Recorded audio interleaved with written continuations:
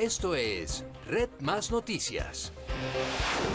De nuevo les damos la bienvenida. El Ministerio de Defensa informó que en la última semana cerca de 60.000 ataques cibernéticos ha recibido la plataforma de la registraduría para estas elecciones legislativas. 31.000 de varios países extranjeros, entre ellos Venezuela. La Fiscalía investiga 59.000 ataques efectuados en los últimos días contra la página web de la registraduría y otras que hacen parte del sistema electoral por parte de hackers, inclusive desde Venezuela. 4 ataques para tumbar la página de la registraduría desde IPs, 3 de ellos IPs en Colombia y un IP en Venezuela. Y 31.000 ataques de IPs que en el medio se llaman de baja reputación, de varios países.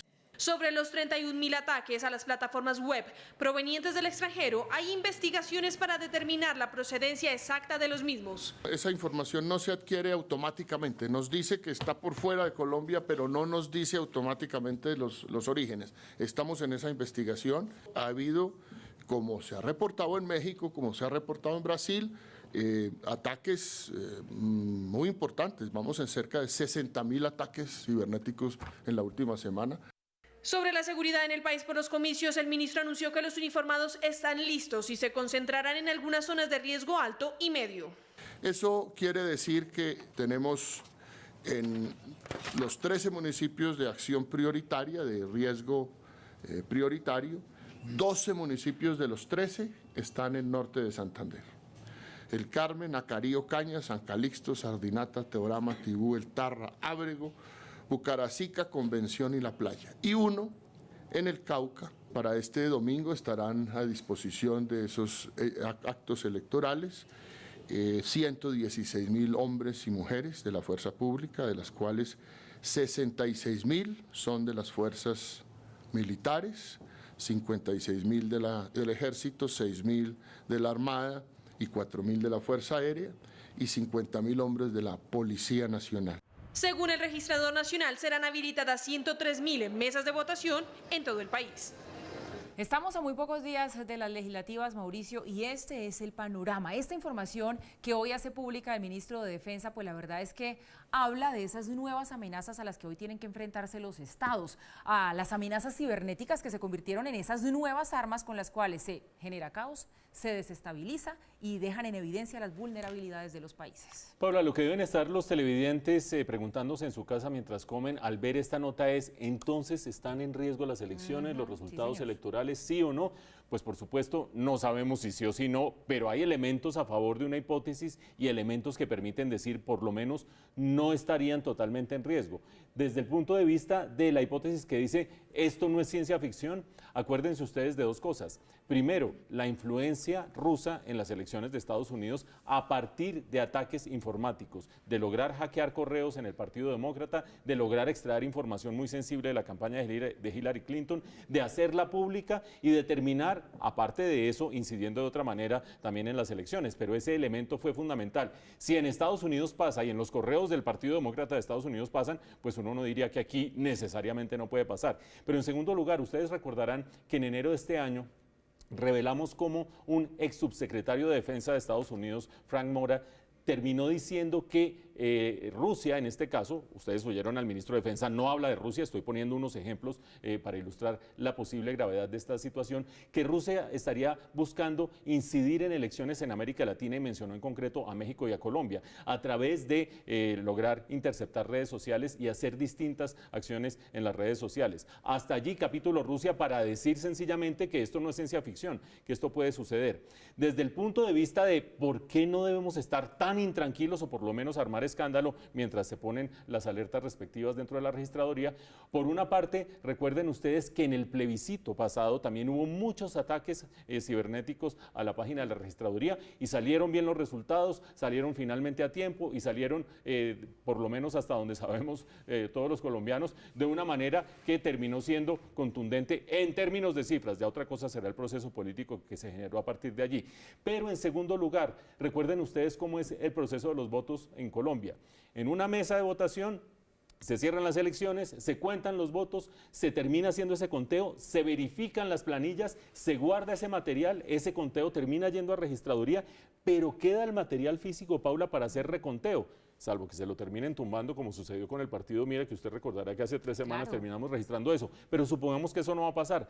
Existe material físico para terminar confrontando resultados, por lo tanto, ni estamos en manos de un hacker venezolano, ni estamos en manos de 3 hackers colombianos, ni de una cantidad de soviéticos. Hay manera de sacar adelante esas elecciones. Por supuesto es preocupante que existan esas amenazas, ojalá la página resista, pero la página de la registraduría, pero de lo contrario termina habiendo elementos para tener unos resultados fidedignos. Además, Mauricio, soldado avisado, si ya saben que la amenaza existe, pues uno asumiría que están tomando todas las medidas del caso. Hoy el partido Fuerza Alternativa Revolucionaria del Común, FARC, anunció que no tendrá candidato a la presidencia por los problemas de salud de Timochenko.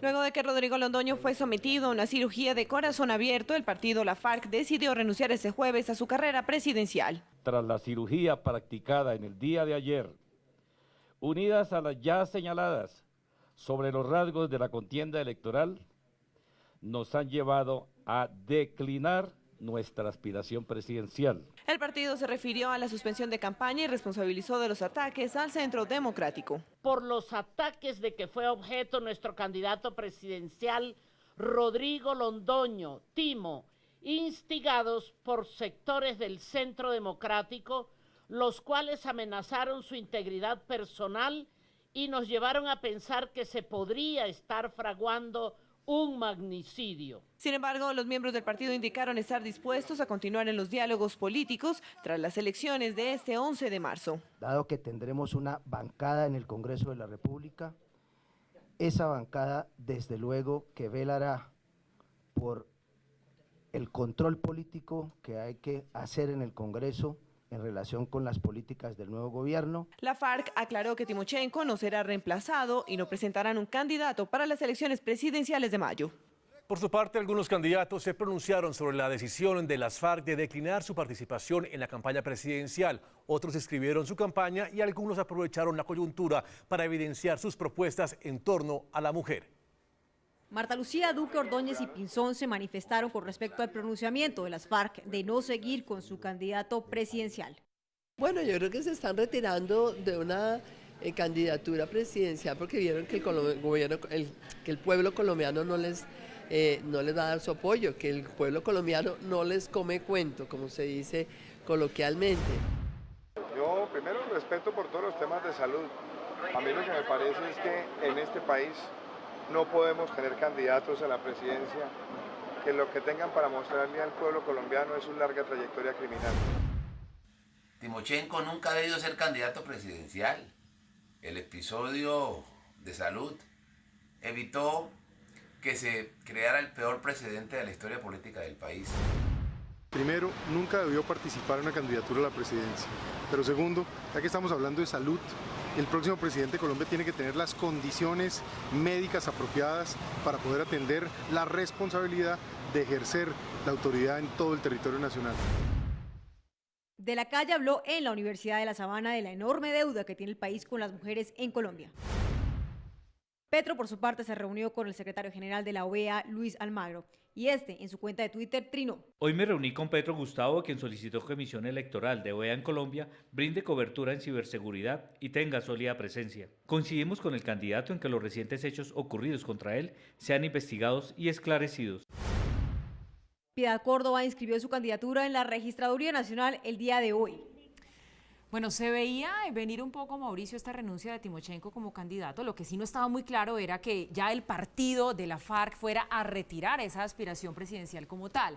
Pero a raíz de la noticia, pues creo que el debate se ha girado en torno a una sola pregunta, y es a quién le van a dar ahora el apoyo, a qué partido político o a qué candidato a la presidencia van a adherir. Y déjeme, le agrego una pregunta más a esa que ya pues está ahí sobre la mesa en el debate de todos los colombianos, y es a quién le conviene ese apoyo público de la FARC, porque recordemos que no nuestra encuesta y en todas las encuestas, la FARC aparece con el desfavorable más alto de todos. Pero también con un 1% de intención de voto, Sí, o sea que digamos que ese 1% no es que vaya a definir unas elecciones. Pero Paula, primero una observación antes de ver a quién le conviene o a quién no le conviene, una observación sobre los motivos del retiro. Ustedes oían en la nota que la FARC ha dicho sencillamente que es por condiciones de salud de Rodrigo Londoño, pero también por falta de garantías en el proceso electoral. Yo creo francamente que el detonante de esta decisión es la salud de Rodrigo Londoño y quizás alguna percepción sobre las encuestas, como decía la doctora Marta Lucía, pero no estoy tan seguro. Digamos que la salud es lo fundamental por no tener un plan B. El plan B razonable sería que fuera Iván Márquez o que fuera otra figura de la alta dirigencia de las FARC anteriormente y de la FARC hoy en día. Pero ellos terminaron en un pulso, ustedes se acuerdan, el año pasado, entre los distintos, entre Rodrigo Londoño, Iván Márquez y demás, en un pulso quedándose con las entradas, con las curules que tiene garantizadas las FARC en el Senado y en la Cámara, 5 y 5.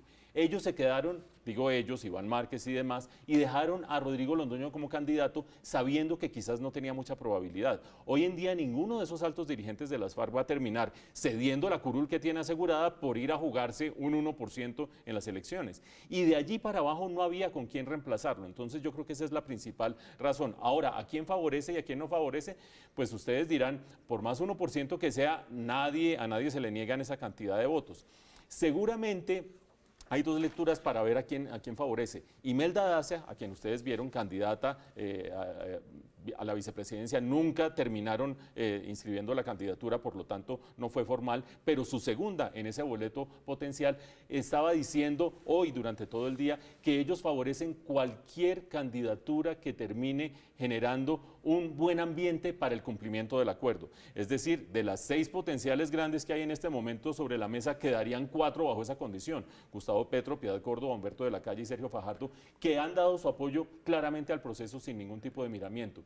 Pero cuando uno va a ver, ni Imelda Daza es la que decide para dónde se van los votos de las FARC, ni tampoco los programas de estos 4 candidatos les gustan a las FARC en otras dimensiones. Si terminan en algún momento, que no lo sabemos si lo van a hacer, los líderes de las FARC pronunciándose acerca de una candidatura u otra, van a mirar no solamente ese apoyo, sino el programa económico. Y allí sí, una de estas cosas no es como las otras, o dos no son como las otras, como decía Plaza Sésamo.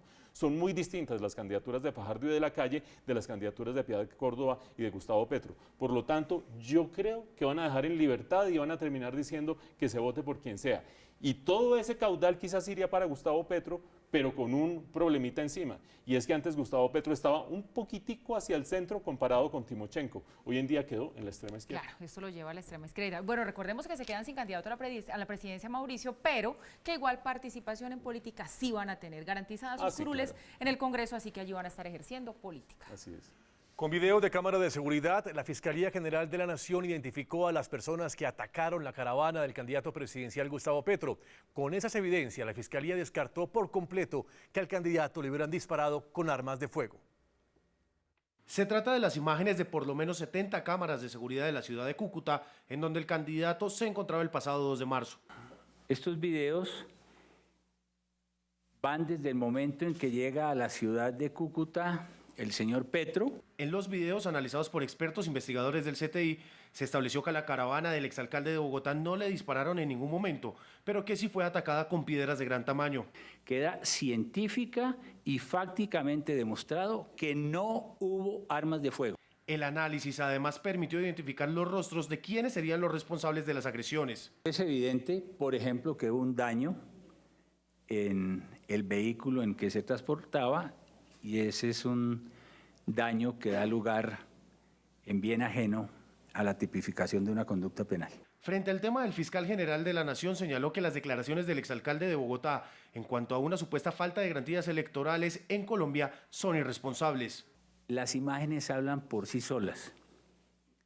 Es una verdadera irresponsabilidad formular desde el exterior infundios en contra del Estado de Derecho de Colombia. Como fiscal, hago un llamado a la sensatez. La Fiscalía solicita a la ciudadanía su colaboración para dar con el paradero de los responsables de las agresiones en contra del candidato presidencial Gustavo Petro. Y por su parte, hoy el presidente Santos, en una entrevista transmitida por internet, criticó al candidato de izquierda Gustavo Petro, a quien señaló de victimizarse y exagerar con sus denuncias ante la Comisión Interamericana de Derechos Humanos. El presidente Santos había procurado abstenerse de hacer algún comentario específico sobre la campaña electoral y tras los últimos hechos de sabotaje y de violencia que vivieron Uribe en Popayán y Petro en Cúcuta, tan solo pidió respeto y evitar todo hecho de violencia y confrontación. Pero hoy en una entrevista con Rodrigo Pardo de Revista Semana se refirió al candidato de izquierda. Ir a las instancias internacionales a decir yo soy un perseguido, me están persiguiendo y hacerse un poco las víctimas. Yo no encuentro ninguna razón para que Petro se haya ido a hacer ese tipo de espectáculo, porque eso es lo que es. ¿Qué está buscando? Publicidad, victimizarse. Precisamente Petro, quien se encuentra en Estados Unidos, denunció ante la OEA y la Comisión Interamericana de Derechos Humanos el ataque del que fue víctima el pasado viernes 2 de marzo. Lo que pasó con Petro pues fue desafortunado, pero también Petro se encargó de exagerar. Ya el CT dijo que eso no han sido balas. Y no sé por qué acusó a la policía de que le hizo una especie de emboscada, eso no es cierto. A través de su cuenta en Twitter, Petro mostró su inconformismo tras las declaraciones de Santos. Esperaba un pronunciamiento serio del presidente. Según él, entonces organizó un autoatentado. Esta es una prueba de la falta de garantías electorales del presidente. El secretario general de la Organización de Estados Americanos recibió las denuncias de Gustavo Petro y pidió que sean investigados y esclarecidos los hechos ocurridos contra él. A su vez, pidió con carácter de urgencia un posicionamiento de todos los candidatos para evitar la violencia electoral. La Fiscalía solicitará medida de aseguramiento en contra del hijo de un diplomático de la ONU señalado de abusar sexualmente de una menor de 1 año y medio. Juan Carlos Giraldo tiene más detalles. Chicho, buenas noches. Así es, buenas noches. A esta hora y por segundo día consecutivo avanza la audiencia en contra de Christopher Rafael Bolger. En este momento la Fiscalía desarrolla la imputación de cargos acusando a Bolger de los delitos de acceso carnal violento en calidad de tentativa y acto sexual abusivo. Esta tarde, sobre las 12:30 de la tarde, la defensa de las víctimas señaló que no es una la víctima, sino 2, y que hay otro menor de 7 años también involucrado en los hechos, por lo que irán hasta el final de las consecuencias legales, mientras que el fiscal general de la Nación señaló que no existe inmunidad diplomática para Bolger. Está claro que hay 2 menores, una niña de 18 o 20 meses y un niño de 7 años. Es inaceptable plantear esa posibilidad para los efectos de la responsabilidad penal del hijo. En el transcurso de la audiencia ha trascendido que los abogados de las víctimas tienen la intención incluso de que se llame como testigos o a declarar, por lo menos en condición de garantes, a los padres de Christopher Rafael Bolger, pues si bien se habla de que sufre de un trastorno mental, estos deberían tener la responsabilidad de las actuaciones que cometió su hijo. Esta es la información. Regreso con ustedes a estudio. Juan Carlos Giraldo, Red Más Noticias. Chicho, muchas gracias por la información. Y hay polémica en Bogotá por advertencia del alcalde Enrique Peñalosa. El mandatario advirtió que la policía entrará con órdenes judiciales a las universidades que protagonicen disturbios como los ocurridos esta semana en la Pedagógica. El alcalde se mostró preocupado por el uso de armas artesanales con metralla que pueden causar la muerte de transeúntes, policías u estudiantes. Las armas que están usando ya son armas letales.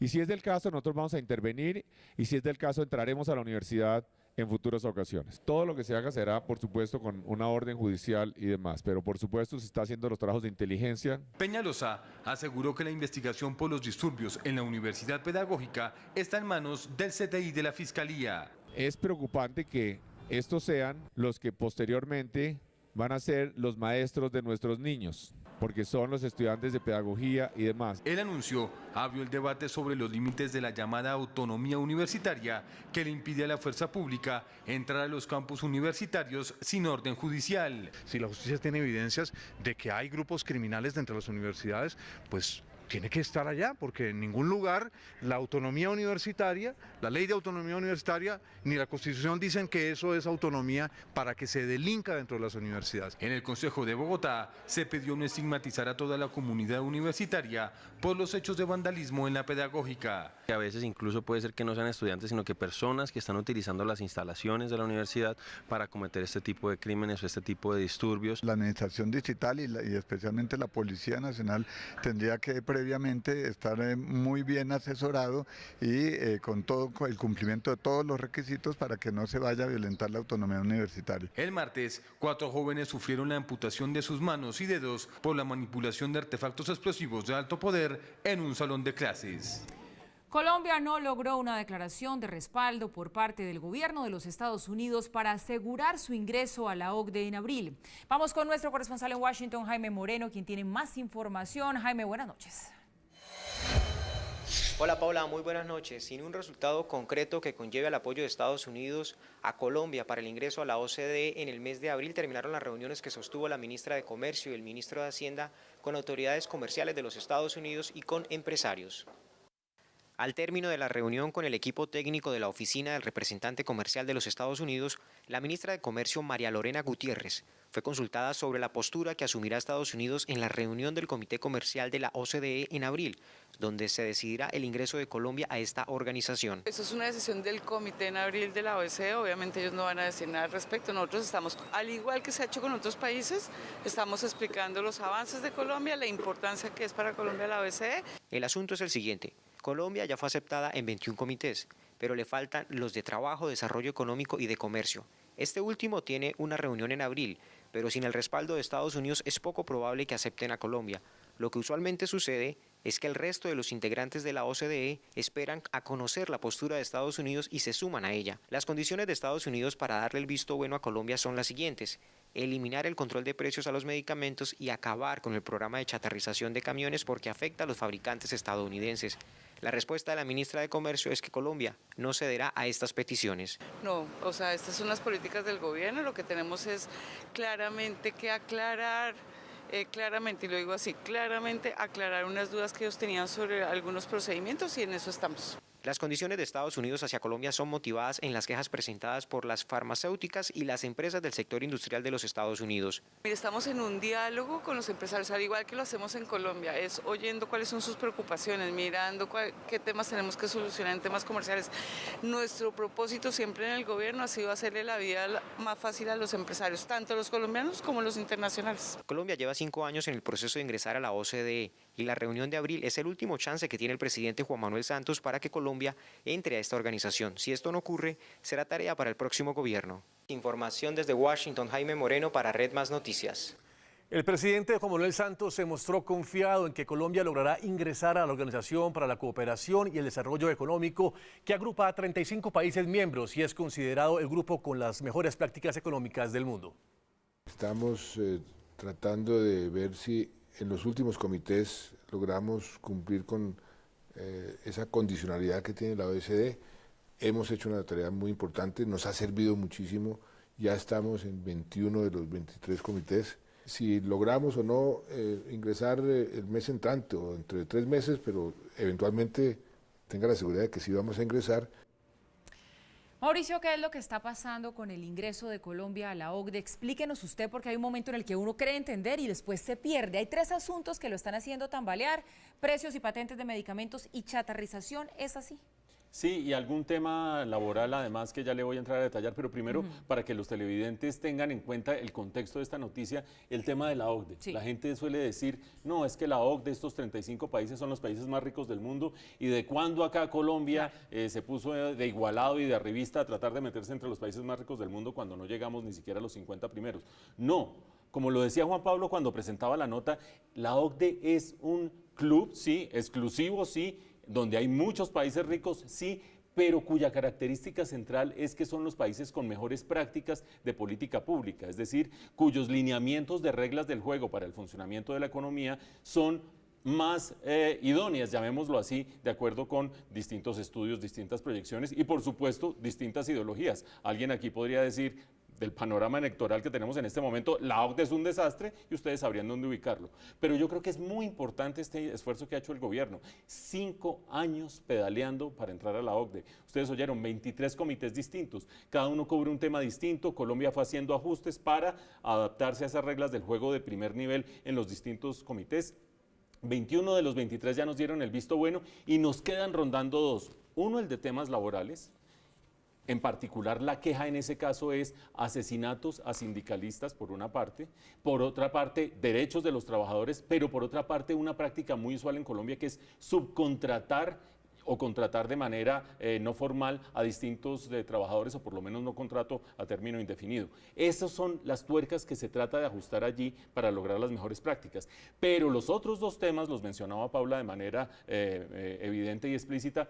Uno de ellos, el tema de la chatarrización. Ustedes se acordarán en 2016, cuando nosotros estábamos registrando aquí este terrible paro camionero que hubo en el país, que una de las soluciones o uno de los aspectos que se estaba negociando tenía que ver con la política de chatarrización. De manera resumida y simplista, en Colombia, para que entre un camión nuevo al parque automotor, debe chatarrizarse uno, debe destruirse uno, y el gobierno debe pagarle a quien está chatarrizando su camión. Por lo tanto, esto no es un mercado libre donde yo diga voy a exportar de Estados Unidos o de cualquier otro lado de Europa una inmensa cantidad de camiones para que Colombia me los compre. Está regulado el mercado, y para que entren unos hay que sacar otros que le cuestan al gobierno. Ese es el primer problema. Estados Unidos dice eso no es libre comercio. El segundo lo mencionaba Paula, controles de precios de medicamentos. Hemos registrado en este noticiero, y ustedes lo han visto a lo largo de los últimos meses, cómo el Ministerio de Salud ha ido regulando los precios de distintos medicamentos para beneficio de las finanzas personales de todos nosotros, pero también para beneficio de las finanzas públicas.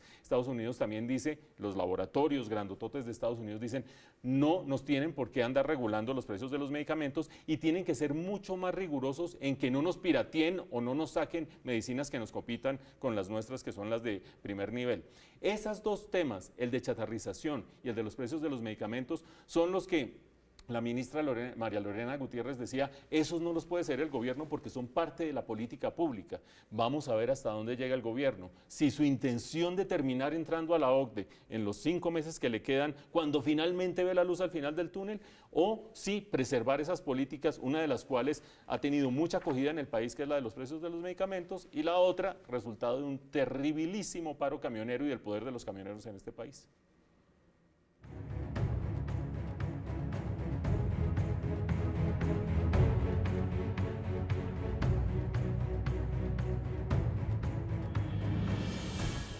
Y continuando con nuestra pedagogía de campaña, nuestra editora política Jennifer Sáenz hoy nos explicará cuáles son los delitos electorales. Tomen nota y estén muy atentos.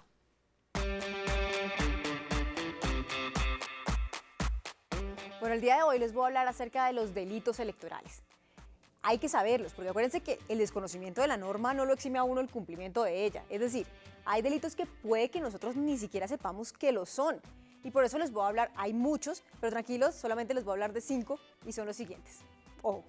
Bueno, el primer delito es perturbación en el certamen democrático. Esto suena medio confuso, pero es algo así como cuando usted llega y no deja votar a los demás, ya sea porque se arma una guachafita o porque se agarran los de una mesa y la otra y definitivamente impidieron que mucha gente pudiera votar. Eso es un ejemplo únicamente, pero imagínense que este delito da entre 4 y 9 años de cárcel. Eso es algo mucho más de lo que le dieron al exfiscal anticorrupción, ¿no? Eso es mucho decir. El segundo es cuando se constriñe al sufragante. Esa palabra, yo constriño, tú constriñes, él constriñe, imagínense. Pero significa cuando uno mete temor, cuando uno mete presión tanto o atemoriza a alguien que lo hace que esa persona haga o deje de hacer algo. En este caso, vote o no vote por alguien. Bueno, ese es el tercero, que es fraude al sufragante. Es decir, es este personaje que engaña a otros, que les dice mentiras para que voten por un candidato u otro. Eso ya lo hemos oído antes de pronto en las fake news o las noticias falsas que hemos oído, pero el tema es cuando ya identificamos quién es ese personaje que dice o engaña a varias personas para que no voten por un candidato o para que voten por otro. Cuarto delito, el voto fraudulento. Lo que pasa es que aquí en Colombia estamos como familiarizados con el tema, acá votan hasta los muertos, pero la idea es que no vote nadie que no sea el que aparece en la cédula. Es decir, muchas veces hay personas que utilizan la cédula de un tercero para ir a votar. Bueno, y mi último, financiación de campañas electorales con fuentes prohibidas. Eso es si usted ve que su candidato de preferencia de pronto se reúne con alias Cilantro para que él recoja unos fonditos que le van a ayudar a su campaña. Esa financiación no se sabe de dónde es. Uno siempre tiene que saber de dónde sale la plata para financiar las campañas. Esto fue ABCD electoral. Y somos ABCD porque todo el mundo hace ABC. Nosotros somos y siempre damos más, porque somos Red Más Noticias. Soy Jennifer Sáenz y los espero en una próxima misión de Pedagogía Electoral. Chao, chao. Y a esta hora avanza el debate de la alianza de Caracol Radio y Red Más Noticias con candidatas al Congreso. Paula Ardila está en los estudios de Caracol Radio. Paula, buenas noches. Muy buenas noches a este tercer gran debate de la alianza de Red Más Noticias, Hora 20 y La Silla Vacía. Asistieron diferentes candidatas, todas mujeres, al Senado. Una de ellas, líder o cabeza de lista. Estamos hablando de Eva María Uribe del Centro Democrático, Aida Bella de la lista Decentes, Ana Paola Agudelo del partido Mira y también Olga Lucía Velázquez de los Liberales. Estas políticas, todas mujeres y aspirantes a las próximas elecciones legislativas, abordaron diferentes temáticas polémicas actualmente a puertas de estos comicios y hoy precisamente Día de la Mujer. Uno de esos aspectos abordados en estas entrevistas conducidas por Juanita León de La Silla Vacía, Diana Calderón de Caracol Radio y nuestro director Juan Lozano fue la actual ley de cuotas. Según ellas, si bien es un aliciente para la participación política de las mujeres en la esfera actual, hay ciertas deficiencias que ellas como mujeres de ser elegidas pretenden mejorar o cambiar. Por ejemplo, Olga Lucía Velázquez aboga por la formación de las mujeres en política para que puedan permanecer en ella, debido a que es un ámbito bastante peleado entre hombres y mujeres en torno al dominio, por ejemplo, de curules, tanto en Cámara como en Senado. Por su parte, Eva María Uribe dice que las mujeres son multipropósitos y que esta panacea no es para llegar al Senado, la ley de cuotas no es suficiente. En eso coincidió también Aida Bella, quien dijo que ese 30% que actualmente hace parte de la ley de cuotas para la participación de las mujeres no es suficiente. Por su parte, Ana Paola Agudelo del partido Mira dice que la financiación interna para apoyar a hombres y mujeres necesita revisarse para que haya igualdad y hasta equidad en la manera de hacer política. Todos los detalles de este tercer gran debate puede verlo después de nuestra emisión, en la repetición obviamente a las 11 de la noche. Paula Ardila desde Hora 20 en Caracol Radio. Y en el Día de la Mujer, Red Más Noticias conoció la historia de Diana Villabón, una ama de casa que saca tiempo para hacer cultura ciudadana en el sistema Transmilenio. Sus frases de pedagogía ya son famosas en portales y estaciones, y hasta la alcaldía de Bogotá resaltó su labor. Diana Patricia Villabón está lista para iniciar su ritual de todos los días, lanzar por su pequeño bafle mensajes sobre el buen uso del congestionado sistema Transmilenio. Esperan, por favor, que bajen del articulado para poder ingresar. Muchísimas gracias. Esto es una campaña sin ánimo de lucro por una mejor Bogotá. En la hora pico yo les digo, cojámonos a picos y abrazos. Siempre saludo a todo el mundo, dándole la bienvenida a propios y a extranjeros a mi ciudad Bogotá, que es la ciudad de todos, pero la ciudad de nadie. Hoy, por ser el Día de la Mujer, esta ama de casa de 42 años impulsó muy a su manera un reto para todos los hombres que se cruzó por el camino. Pedirles a cada uno de los caballeros que van sentados que me regalen las sillas para todas las mujeres, porque hoy es el Día Internacional de la Mujer. Aunque algunos no aceptaron, otros lo hicieron sin problema. Su merced lindo, ¿usted me podría ayudar con el reto para que las mujeres se vayan sentadas? El Día Internacional de la Mujer. Esta profesora de Ciudadanos deja un espacio para ese hombre odiado por algunos, pero siempre indispensable, el conductor. Pero tengo el gusto de presentarles a don Pedro, la persona que muy amablemente nos transporta para el portal de Usme. Un aplauso, por favor, para nuestro querido señor conductor. Su curiosa cátedra la empezó hace 16 meses y dice que pese a que la acogida de los usuarios ha sido buena, no deja de ser una labor con tropiezos. Cosas no están claras, levanta tu... Hay gente que me trata mal, hay gente que me ha escupido, hay señores que me han querido agredir. Pero a ella poco le importa. Sostiene que tiene antenitas de vinil, como el Chapulín Colorado, para detectar a los amargados y un corazón enorme para sacarle risas a los pasajeros más estresados. A los hombres que van sentados los invito a que le regalen la silla hoy. Hace poco protagonizó un video de la Alcaldía Mayor de Bogotá, donde fue declarada todo un ejemplo de ciudadana. Siempre he pensado que el que nace para servir sirve para vivir y me gusta muchísimo ayudar al otro. Diana sueña con seguir haciendo pedagogía en Transmilenio, pero de manera más formal y con conocer a la cantante Marvel, a la que le mandó un sentido mensaje. Al igual que a su merced, yo también perdí a mi mamá.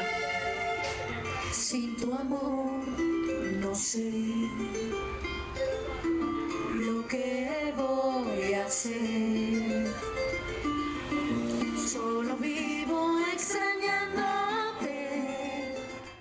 Muy feliz día para Diana. Y en cuanto a la participación de mujeres en política, si bien parece que existe un aumento, todavía se ve una brecha significativa en el tema, tanto en nominación como en elección.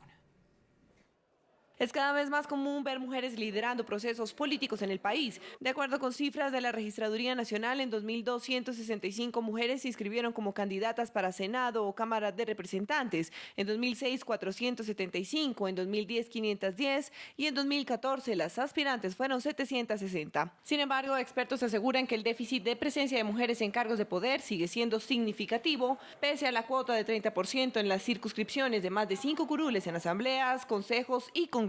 ¿Qué pasa con la ley de cuotas? Que genera como un techo también en la participación, porque ya se cumplió con la ley, porque 30% es lo que nos dice la ley. En cuanto a la participación en política local, el panorama no es diferente. Desde el año 92 tenemos un promedio de 5% de mujeres elegidas en las alcaldías locales.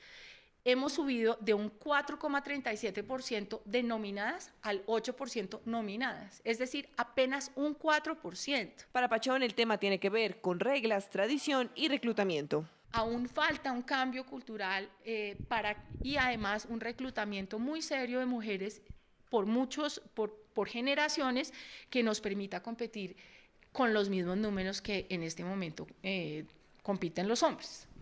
Y en los principales países de Europa, millones de mujeres salieron a las calles a manifestarse en contra de la desigualdad de género. Un año sin precedentes para celebrar el Día Internacional de la Mujer. En España, por primera vez en la historia, cerca de 5 millones de mujeres salieron a las calles a manifestarse. Alzaron la voz por la desigualdad de género en su país. Que se nos vea quiénes somos, como mujeres, como personas ante todo. Bueno, la huelga la llevo apoyando, yo estoy en paro y bueno, apoyando por las que no pueden. Lo que venimos a reivindicar es que, bueno, que se nos dé la importancia que merecemos y que tenemos que tener, y los privilegios que tienen los hombres no queremos que dejen de tenerlos, pero queremos tener los mismos. Las calles de Madrid se inundaron de mujeres que por horas y con pancartas en mano marcharon exigiendo sus derechos.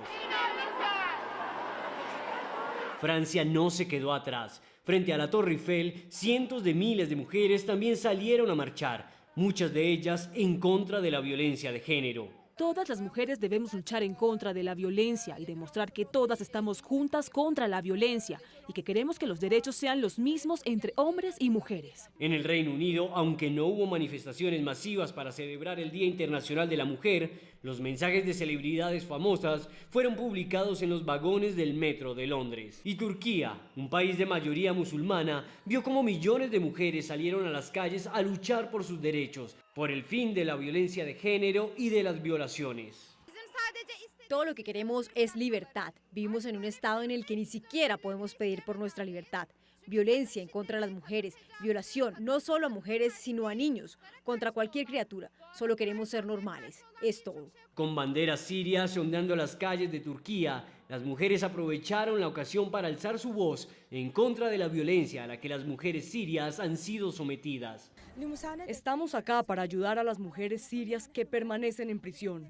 Con la ayuda de Dios esperemos que hoy se les otorgue el perdón y sean liberadas de la cárcel. Cada año el Día Internacional de la Mujer se celebra con más fuerza alrededor del mundo y las activistas luchan por la igualdad de género.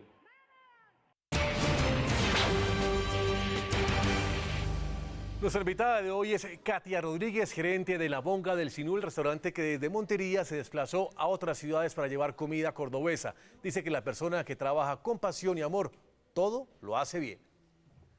La Bonga del Sinú es un restaurante que abrió sus puertas en Montería hace más de 20 años. Inició como un negocio familiar, está ubicado sobre la Troncal, en la carretera que conduce del interior del país hacia la costa atlántica. Con el paso del tiempo, sus socios decidieron abrir sucursales en otras ciudades. Debido al éxito, abrir sedes, arrancaron con Barranquilla, posteriormente en Cartagena y por último nos vinimos a Bogotá. Cuando arrancó La Bonga en Montería era un restaurante con 20 personas aproximadamente. Hoy en día la compañía tiene 450 empleados. Dentro del plan de crecimiento se incursionó ahora en franquicias. Y abrimos en diciembre un restaurante en San Andrés Islas, que ha tenido un éxito rotundo. La competencia más fuerte la tiene en Bogotá. donde recientemente abrió un restaurante en la zona de la 93. Ya los clientes y los consumidores cada vez son más exigentes, conocen más, saben de técnicas, saben de platos. Al frente está la ingeniera de alimentos Katia Rodríguez, quien dice que la oferta va más allá de la cocina tradicional de Córdoba. Sí, hemos incursionado en otro tipo de comidas que antes no teníamos. Nosotros tenemos nuestra base de nuestra cocina es la carne, los asados. El eje del negocio se maneja desde Montería y va más allá del servicio de restaurante. Toda la carne de La Bonga, que va a todas las ciudades del país donde tenemos sedes, es procesada, empacada al vacío, madurada, porcionada en nuestra planta. Además de restaurantes de La Bonga, tenemos una cadena de pizzerías y unos restaurantes italianos, entonces también tenemos que estar atentos a esos restaurantes. El sector ha enfrentado algunos inconvenientes en época reciente. Con la última reforma tributaria también nos vimos afectados porque ya el IVA hace parte directamente de nuestro gasto. Dice que cada restaurante tiene sus propios líderes con una tarea muy clara. Para que pueda apoyar a su equipo y sacarlo adelante, para que esté atento a todas las mesas, para que el servicio sea excelente. Un líder debe conocer el negocio y ser cercano a sus colaboradores. Hay un trato muy cordial, amigable, sencillo. Buscar gente comprometida para trabajar es fundamental. Con pasión, personas con actitud de felicidad, personas contentas, que reflejen y que reflejen amor. Las empresas deben apoyar proyectos en sus regiones y ayudar a la gente que busca nuevas oportunidades. Qué bueno sería para los empleados nuestros que pudieran desarrollarse como emprendedores en otros nichos y en otros sectores. Fabuloso. Esta líder dice que aunque hay dificultades no se puede perder el optimismo. Siempre hay opción de que una nueva puerta se abra. Y llegamos así al final de esta emisión. No olviden mañana en nuestro canal, desde las 6 de la mañana, toda la información y las noticias con Darío Arizmendi y su equipo en la alianza de Caracol Radio y Red Más Noticias. Lo mejor de la radio y lo mejor de la televisión es aquí, esta emisión de Red Más Noticias. Mañana nos vemos, que descansen. Y chao.